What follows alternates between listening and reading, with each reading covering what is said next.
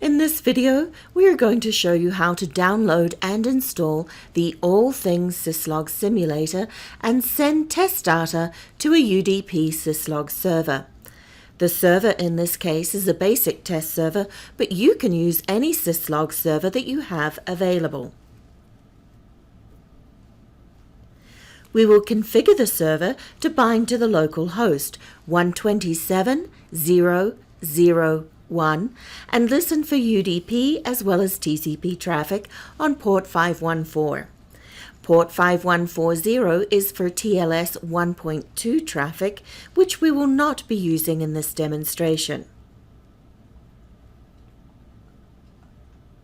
In addition to receiving messages, the server will need to save them somewhere, in this case, a file sync folder.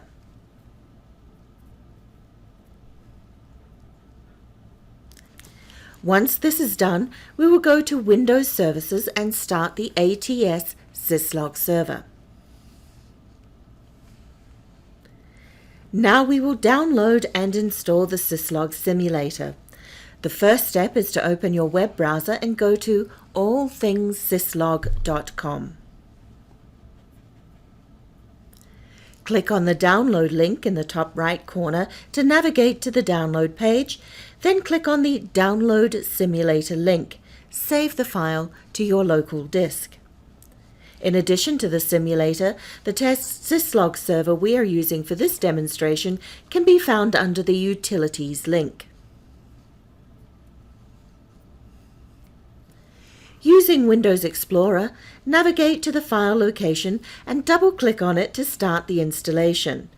Be sure to select a full installation in order to install both the Manager application and the REST endpoint.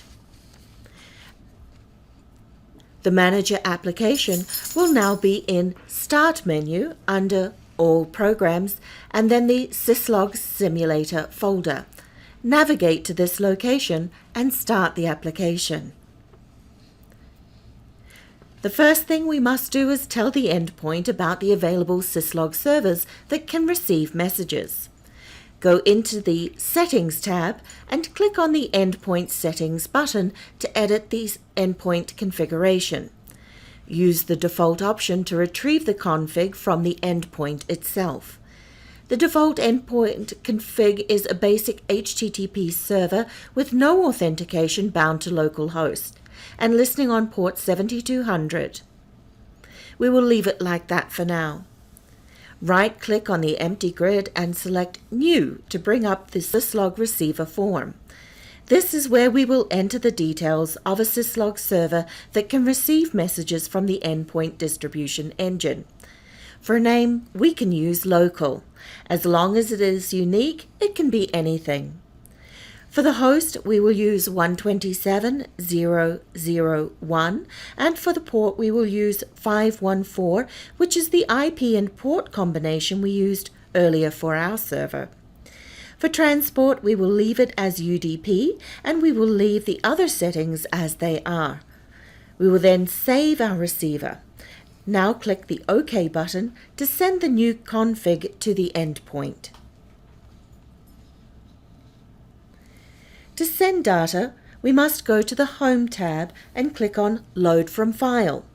This will open a dialog to the location of the sample files that installed with the Manager application. Select the syslog1k.xml file and click Open. This will load the file contents into the Messages grid. Click on the top message to highlight it in the grid. The grid columns, except for category, show the individual parts of the Syslog message. Category is not part of the message.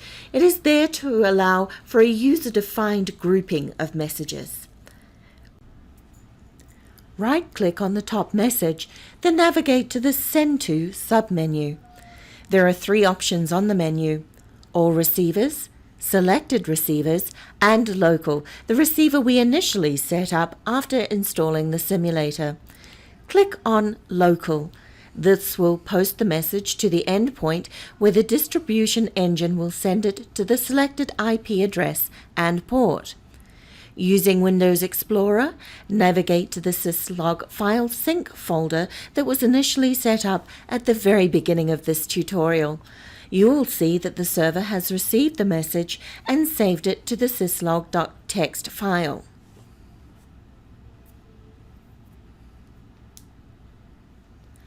For future reference, all of the steps for configuring the simulator and sending your first message can also be found in the help file starting on page 10.